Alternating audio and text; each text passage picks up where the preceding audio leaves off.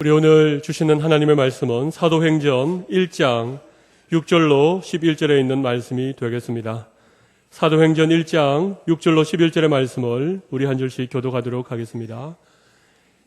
그들이 모였을 때에 예수께 여쭈어 이르되 주께서 이스라엘 나라를 회복하심이 이때니까 하니 이르시되 때와 시기는 아버지께서 자기의 권한에 두셨으니 너희가 알 바 아니요 오직 성령이 너희에게 임하시면 너희가 권능을 받고 예루살렘과 온 유대와 사마리아와 땅끝까지 이르러 내 증인이 되리라 하시니라.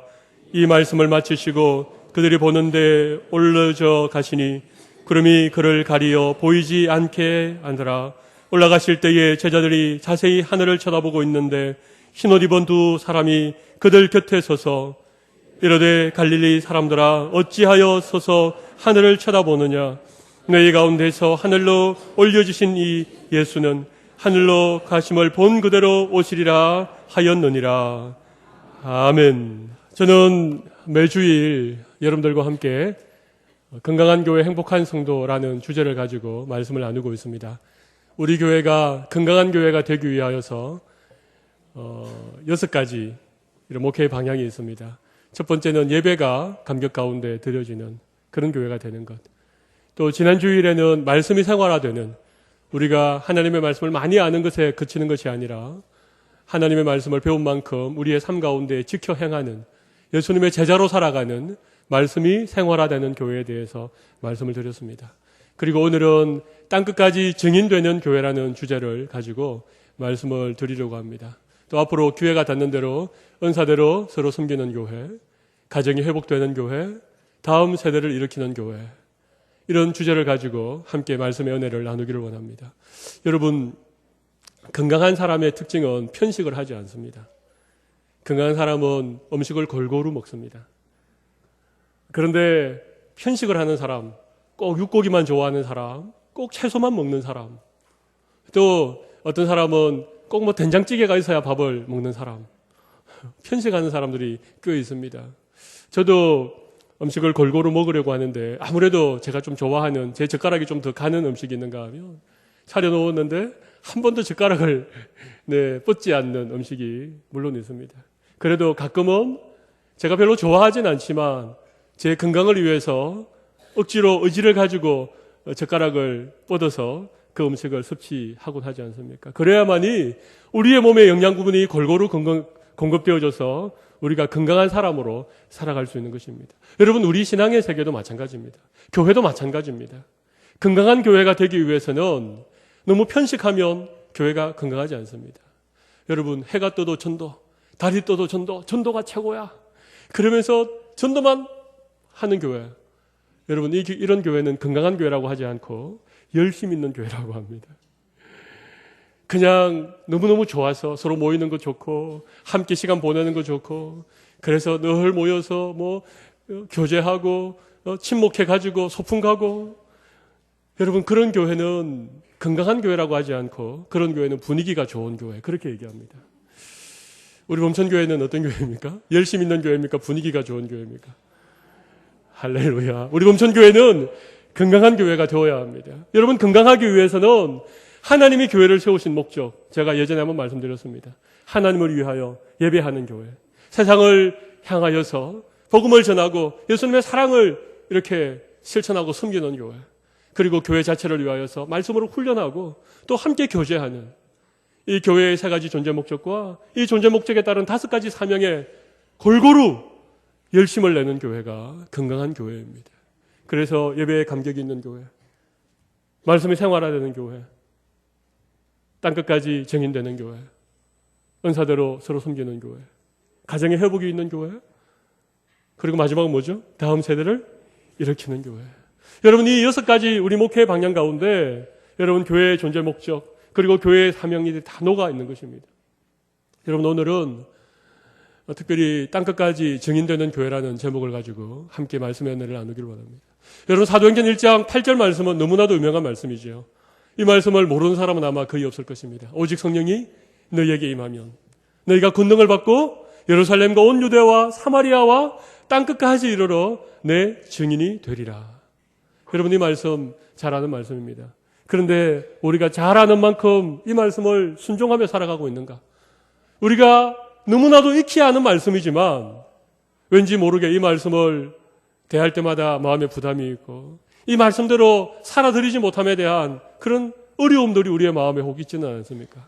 제가 오늘 여러분들에게 그런 마음의 어려움들과 부담스러움들을 다 해소해 드리도록 하겠습니다. 그래서 이 시간은 우리의 마음에 전도하지 못함에 대한, 땅끝까지 가서 순교하지 못함에 대한 부담으로 자리 잡는 시간이 아니라 이 말씀의 원리를 우리가 깨닫고 우리의 마음에 기쁨이 있고 우리의 삶의 현장에서 주님 앞에 나름대로의 최선을 다할 때에 하나님께서 우리를 통하여서 정말 복음의 증인되는, 땅끝까지 주의 복음을 전파하는 그런 인생으로 우리의 삶을 받아주시리라고 믿습니다. 우리가 먼저 기억해야 될 것이 있습니다. 오늘 읽었던 6절 말씀입니다. 그들이 모였을 때에 예수께 여쭈어 이르되 주께서 이스라엘 나라를 회복하심이 이때니까 하니.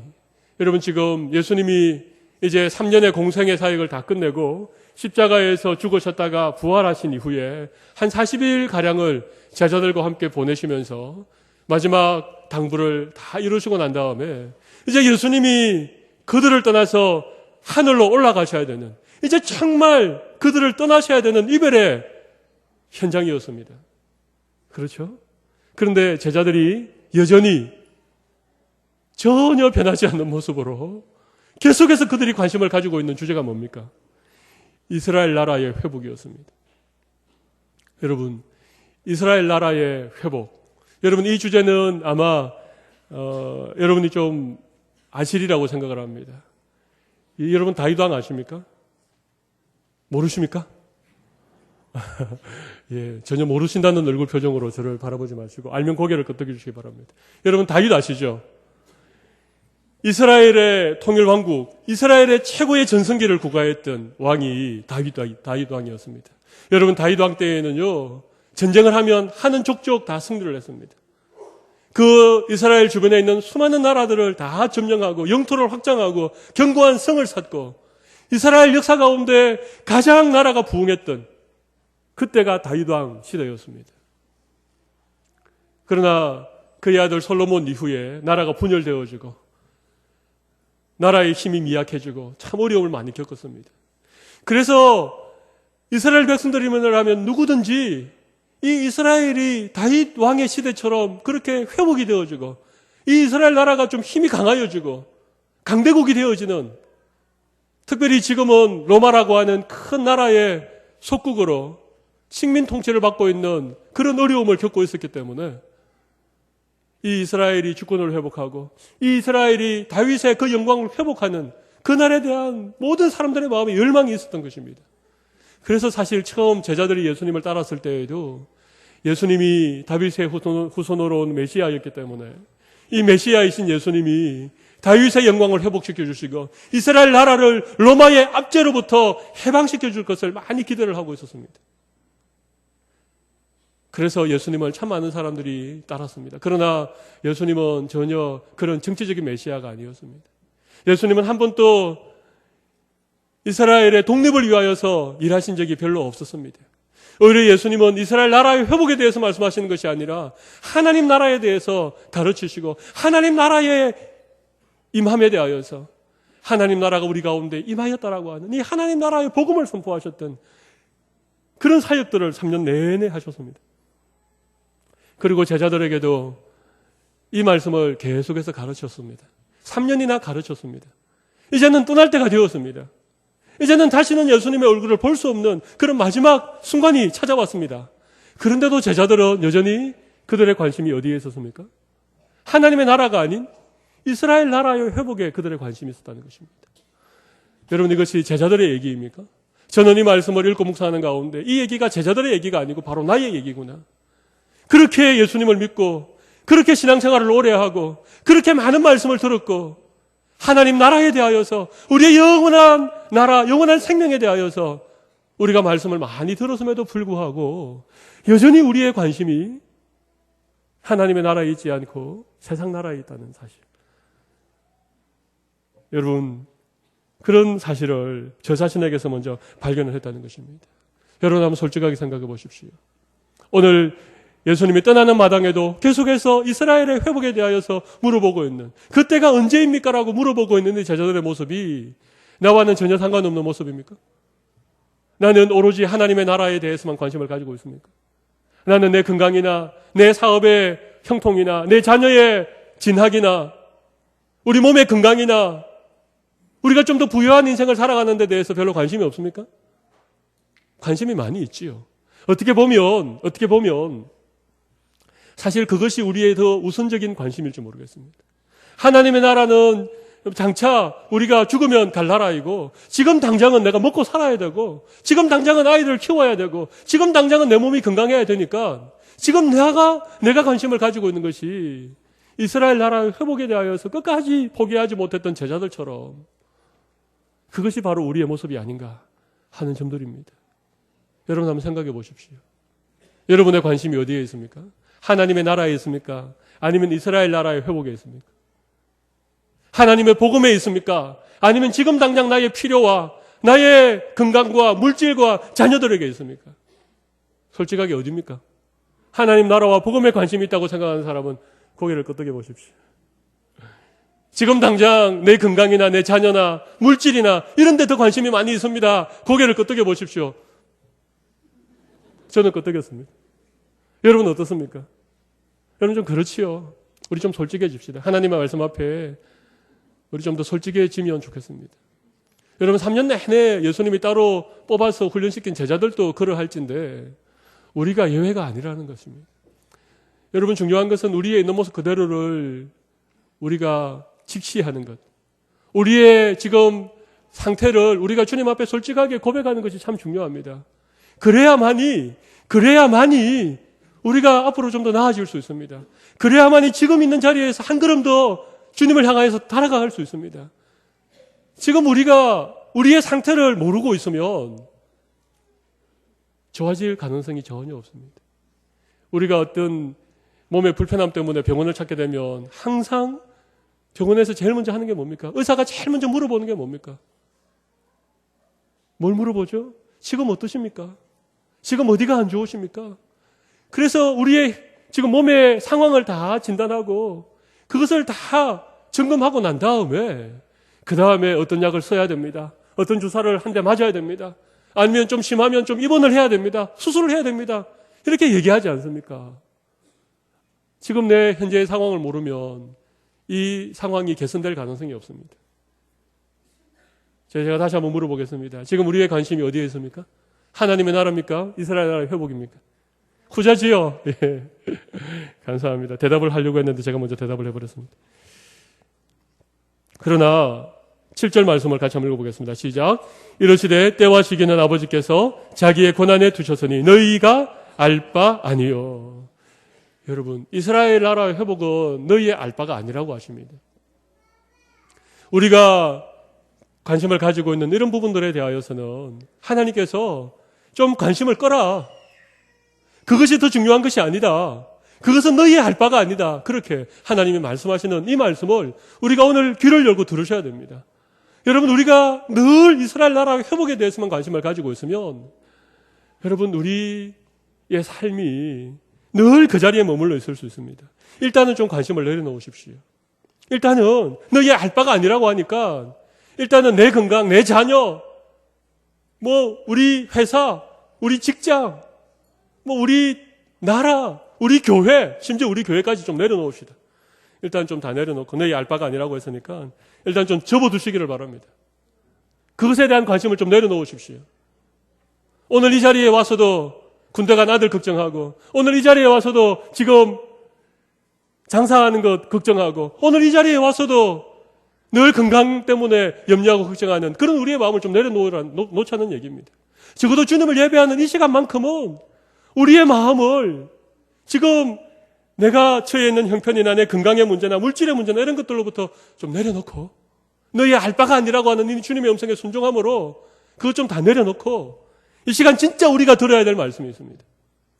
우리가 정말 귀 기울이고 우리가 정말 우리의 귀에 담아야 될 말씀이 있습니다. 그 말씀이 무엇인가 하면 8절입니다.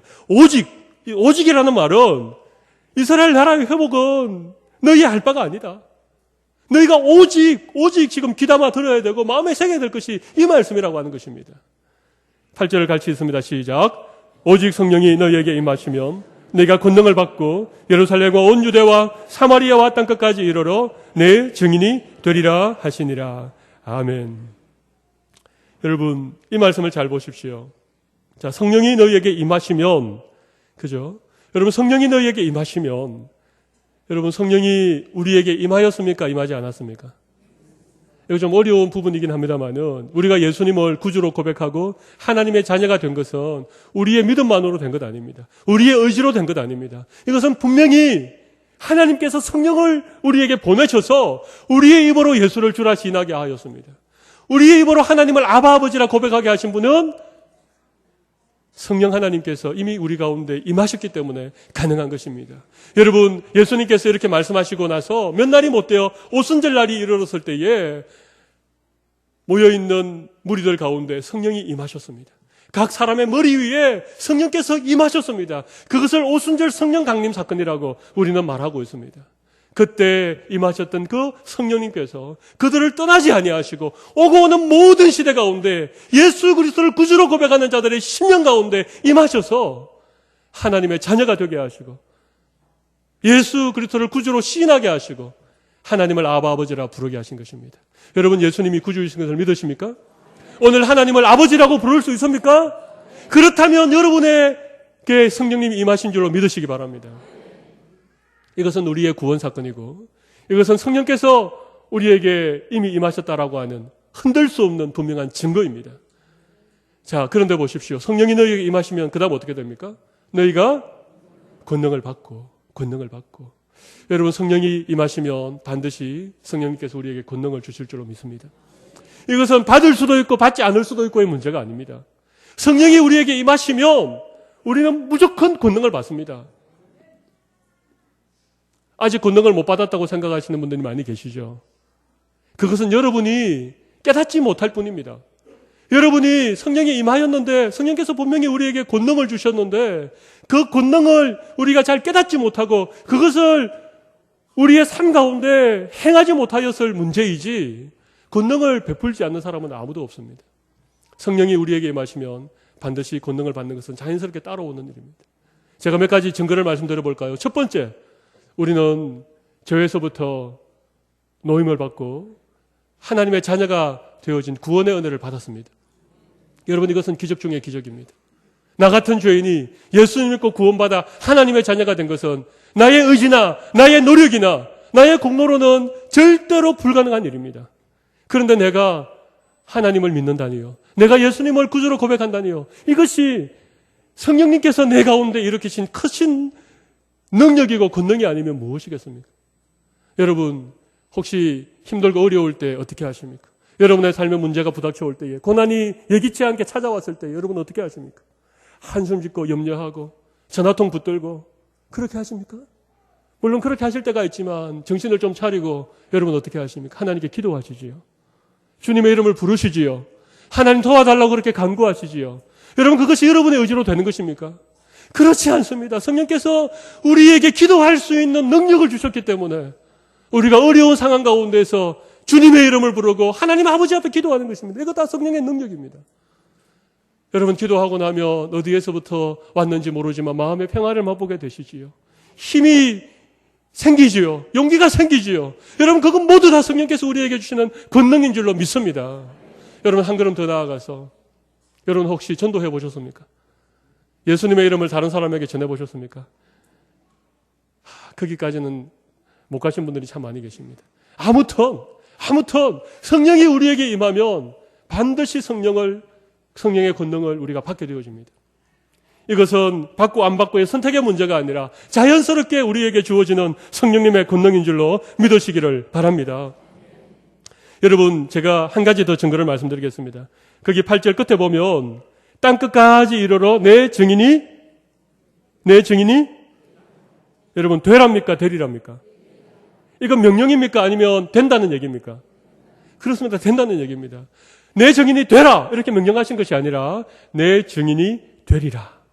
성령이 임하시고 우리가 성령의 권능을 받으면 땅끝까지 증인이 되는 것은 너무나도 자연스러운 것입니다. 되고 안 되고의 문제가 아닙니다. 우리는 되기 싫은데 억지로 되라고 하나님이 명령하시는 것이 아닙니다. 성령을 받고 권능을 받으면 우리는 모두 다 증인이 되는 것인 줄로 믿으시기 바랍니다. 여러분, 이것이 놀라운 비밀입니다. 영어 번역에 보면 이것은 will be 혹은 shall be라고 되어 있습니다. 이 말은 좀 쉽게 얘기하면 반드시 그렇게 된다는 것입니다. 나의 의지와는 상관없이 나는 증인의 삶이 너무 부담스러우니까 나는 그냥 적당하게 예수 믿고 그냥 교회나 출석하고 그냥 그렇게 살아가겠습니다. 그렇게 할 수가 없다는 것입니다. 우리가 예수 믿었다는 것은 성령을 받았다는 것이고 성령을 받았다는 것은 권능을 받았다는 것인데 우리가 권능을 받으면 반드시 증인이 될 수밖에 없다. 아멘이십니까? 아멘, 그렇습니다. 여러분, 우리는 모두 다 증인입니다. 예수 그리스도의 증인입니다. 여러분, 증인은 무엇인가 하면 내가 보고 들은 바를 전하는 사람들. 내가 보고 들은 바를 전하지 않을 수 없는, 그래서 입을 열면 내가 본 것, 내가 들은 것, 내가 경험한 것을 있는 그대로 전하는 사람을 증인이라고 합니다. 여러분, 성령이 우리에게 마시고 우리가 권능을 받으면 예수님의 증인이 될 줄로 믿습니다. 여러분, 이것은 부담스러운 일이 아닙니다. 이것은 억지로 하나님의 명령을 우리가 순종해야 되는 그런 차원의 문제가 아니라 우리 모두 증인이 되었다는 것입니다. 여러분, 우리는 증인입니다. 예수 그리스도의 증인입니다. 예수님이 십자가의 나를 위해 죽으시고 살아나시고 부활하셔서 우리에게 성령을 주신 분이신 줄로 우리가 믿고 그것을 증언하는 증인이라는 사실을 여러분 꼭 기억하시기를 바랍니다. 여러분, 여기 보면 이제 예루살렘이 나오죠. 온 유대가 나오죠. 사마리아와 땅끝이 나옵니다. 여러분, 이것은 순서입니다. 우리가 증인이 되어질 때에 가장 먼저 누구에게 이 놀라운 것을 증언해야 되겠습니까?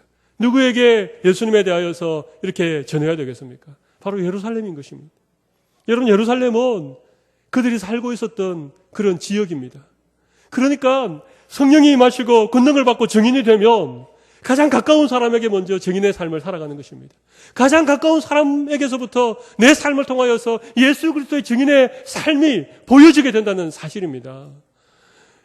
땅끝까지 증인되라고 그렇게 말씀하시니까 우리의 가까운 지역을 좀 제껴두고 우리 주위에 있는 믿지 않는 사람들을 무시한 채 그냥 땅끝으로 날아가라는 얘기가 아닙니다. 예루살렘, 그 다음 유다, 그 다음 사마리아, 그 다음 땅끝이라고 하는 것입니다. 흔히 선교의 비전을 가지고 선교 열정에 불타는 젊은이들이 이런 착각을 하게 되어집니다.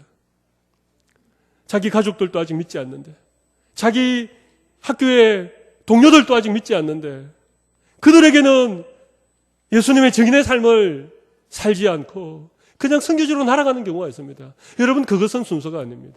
우리가 성령께서 우리 가운데 임하시고 권능을 받고 증인이 되면 가장 먼저 예루살렘에서부터 증인의 삶을 시작해야 될 줄로 믿습니다. 여러분의 가족부터, 믿지 않는 가족부터, 여러분 주위에 있는 이웃부터, 같은 지역에 살고 있는 동네 주민들부터 우리가 먼저 복음의 증인으로 살아가는 귀한 은혜가 있기를 바랍니다. 여러분, 그 다음에 유다입니다. 그리고 사마리아라고 하는 지역은 가깝지만 먼 곳입니다. 정말 가깝지만 먼. 여러분, 우리에게서 사마리아는 누굽니까? 가깝지만 먼 사람이 누군지 한번 생각해 보십시오. 우리랑 사촌에 육촌에 그렇게 걸려있지만 참 멀리 느껴지는 그런 사람이 있습니까? 아래 윗집에 사는 이웃이지만 참 멀리 느껴지는 그런 사람이 있습니까? 초등학교 동창이고 중학교 동창인데 가끔 동창회에서도 만났는데도 참 멀리 느껴지는 그런 사람이 있습니까? 그런 사람이 사마리아일지 모르겠습니다. 아니면 가까운 이웃 나라인 일본이나 아니면 휴전선을 사이에 두고 대치하고 있는 북한 같은 경우도 우리의 사마리아일지 모르겠습니다.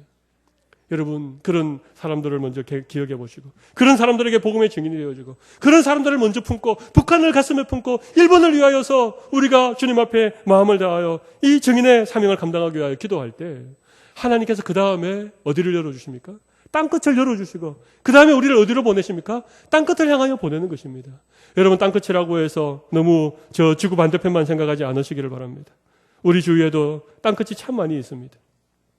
조금만 더 이 땅끝에 대해서 묵상을 해보시면 정말 내가 아니면 절대로 복음을 받아들일 수 없는 그 누구, 그것이 바로 나의 땅끝이라고 말할 수 있습니다. 다시 말씀드립니다. 땅끝이 어디라고요? 내가 아니면 복음을 받아들일 수 있는 교회가 거의 없는 그 누구, 그 어느 곳. 바로 그곳이, 그 사람이 나의 땅끝이라고 하는 것입니다. 이 얘기를 잘 이해를 못 하시겠죠. 여러분, 정말 예수 믿지 않는 가정에 먼저 내가 복음을 받아들였다. 내가 처음으로 예수 믿었다. 여러분, 그러면 나의 땅끝이 어디입니까? 바로 나의 가족들인 것입니다. 하나님이 나를 그 가정에 선교사로 보내는 것입니다. 하나님께서 바로 나의 땅끝인 내 가족에게 복음의 증인의 사명을 주시고 나를 그곳으로 보내는 것입니다. 그러면 그 사람에게 있어서 땅끝은 내가 아니면 복음을 들을 수 없는 나의 가족들이라고 말씀드릴 수 있습니다. 여러분, 이 말이 이해가 되십니까? 여러분, 땅끝이라고 해서 항상 지구 반대편만 생각하지 마십시오. 그러나 또 한편으로 정말 땅끝은 말 그대로 예루살렘과 유대와 사마리아에 이어져 있는 땅끝이라고 하는 것입니다. 이 11 제자들은 한 번도 생각조차 못 해보았던, 그들이 평생 살아가면서 갈릴리나 유대 땅을 한 번도 떠나보지 못했던 이 시골 어부 출신의 11 제자들에게는 정말 눈이 번쩍 뜨일 만한 그 땅끝이 오늘 주님이 우리에게 가라고 하는, 우리에게 복음의 증인이 되라고 하는 땅끝일 수 있다는 것입니다. 그것은 무슬림 지역일 수도 있습니다. 그것은 저 지구 반대편의 아프리카일 수도 있습니다. 복음이 시작되어졌지만은 예수 그리스도를 박해하고 십자가에 못 박았던 그 유대인들에게 복음을 전하는 것이 우리의 땅끝이 될 수도 있습니다. 죽의 장막으로 가로막혀 있는 중국이 우리의 땅끝이 될 수도 있습니다.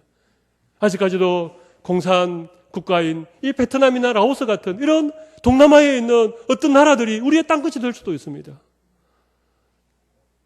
여러분, 중요한 것은 우리가 먼저 성령을 받고 권능을 힘입어 우리가 증인이 되는 이런 삶을 살아가야 된다는 것입니다. 여러분, 예루살렘에서부터 시작해서 유대와 사마리아와 땅끝까지 주의 복음을 들고 증인의 삶을 살아가는 것, 이것이 오늘 예수님께서 우리에게 부탁하시는 말씀이라고 하는 사실을 기억할 수 있기를 바랍니다. 여러분, 나의 땅끝이 어디인지 오늘 다시 한번 우리의 마음속에 성령께서 주시는 음성을 들으실 수 있기를 바랍니다. 아마 사람들마다 다 다를 것입니다. 땅끝이라고 할 때에 여러분 무엇이 생각나십니까? 여러분 어디를 향하여서 우리가 나아가야 되겠다고 생각하십니까? 여러분, 이 일에 예외가 있겠습니까? 이 일에 예외가 있겠습니까? 누구는 땅끝으로 나아가고 그냥 나는 예루살렘에 머물러 있는 그런 예외가 없습니다. 우리가 예수님의 제자라면, 우리가 성령의 권능을 받은 자들이라면, 우리 모두 예수 믿는 자들이라면 우리 모두 예루살렘과 유대와 사마리아와 땅끝까지 나가야 된다는 것입니다. 만약 여러분들이 나갈 수 없다면 나가는 선교사들을 향하여서 후원하시기 바랍니다. 기도로 후원하시기 바랍니다. 물질로 후원해 주시기를 바랍니다.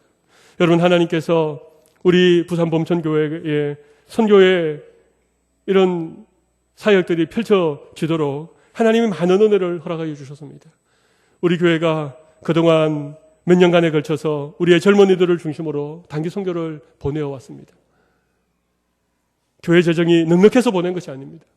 힘들고 어렵지만 우리의 젊은이들에게 땅끝이 어디인지, 하나님께서 우리를 보내시기 원하는 그곳에서 수많은 영혼들을 바라보게 하시려고 하나님께서 몇 년간에 걸쳐서 우리는 선교하는 일들과 단기 선교를 보내왔습니다.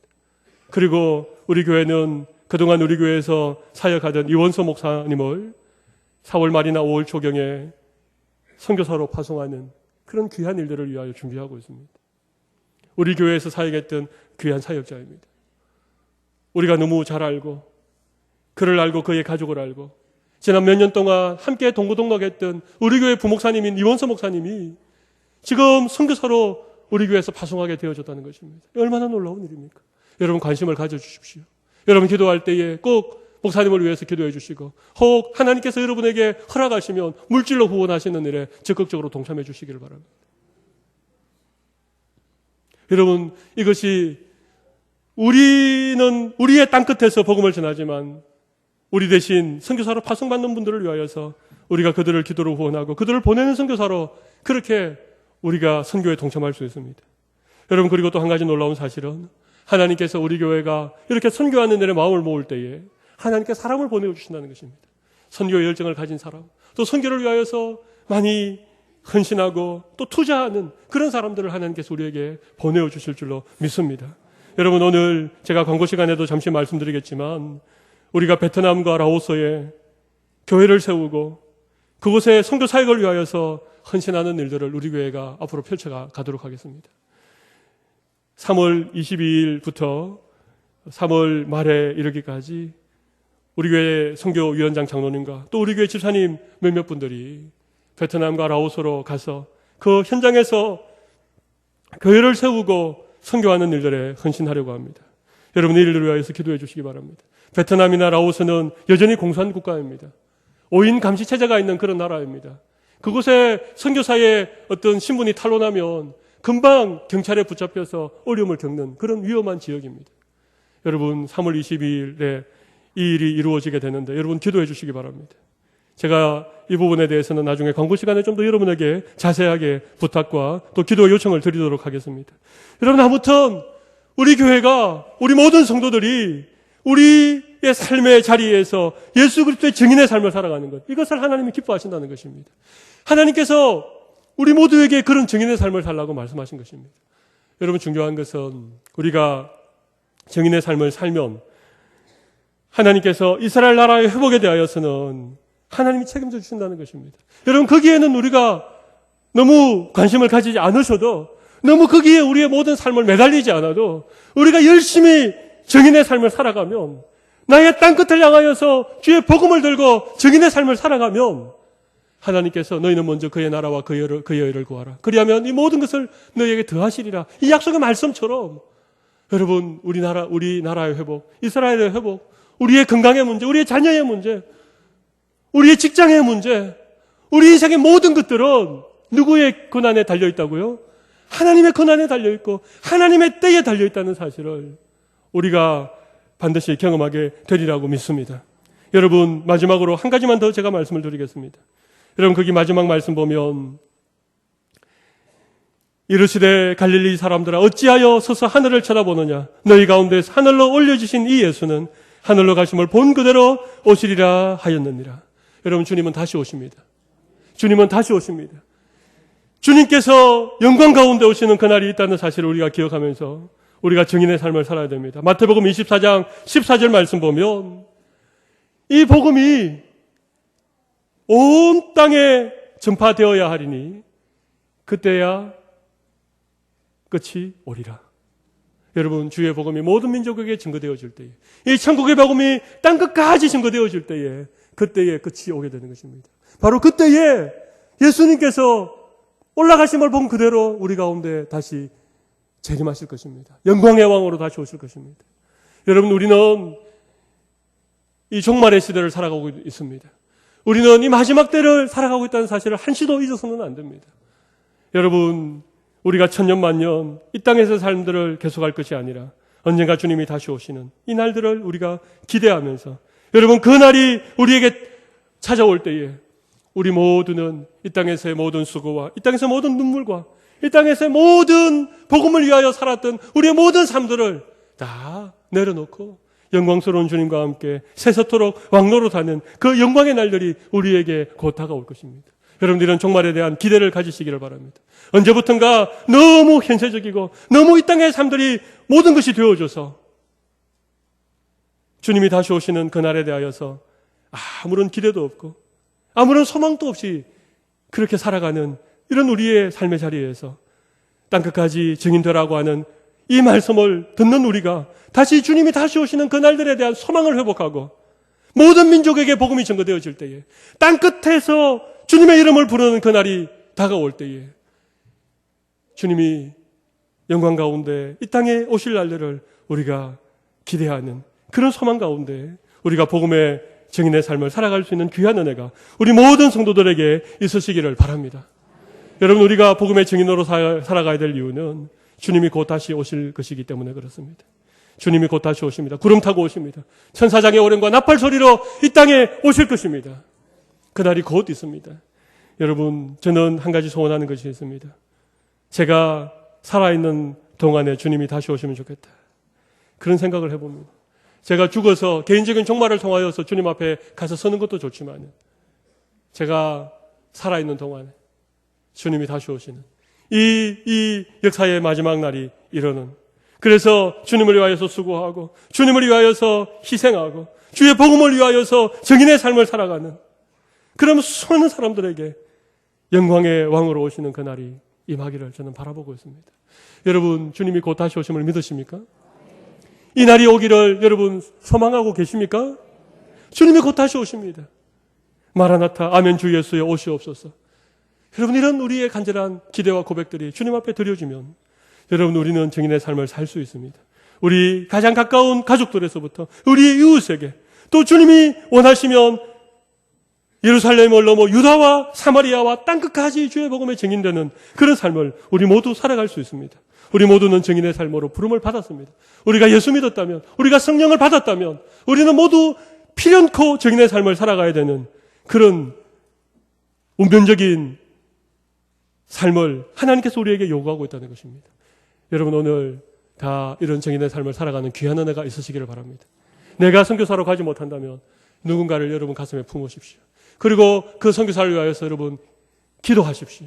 그리고 하나님이 허락하면 물질로 후원하십시오. 그리고 나의 땅끝이 어디인지를 기억하면서 그 땅끝을 향하여서 그 사람의 이름을 가슴에 품고 그 땅끝을 기억하면서 여러분들이 기도하고 그들에게 증인의 삶을 살아가면 하나님께서 나 한 사람을 통하여서 내 주위에 있는 수많은 땅끝에 있는 영혼들을 주님께로 돌이키는 놀라운 구원의 역사를 이루어 주실 줄로 믿습니다. 우리 부산 범천교회는 땅끝까지 증인되는 교회가 될 줄로 믿습니다.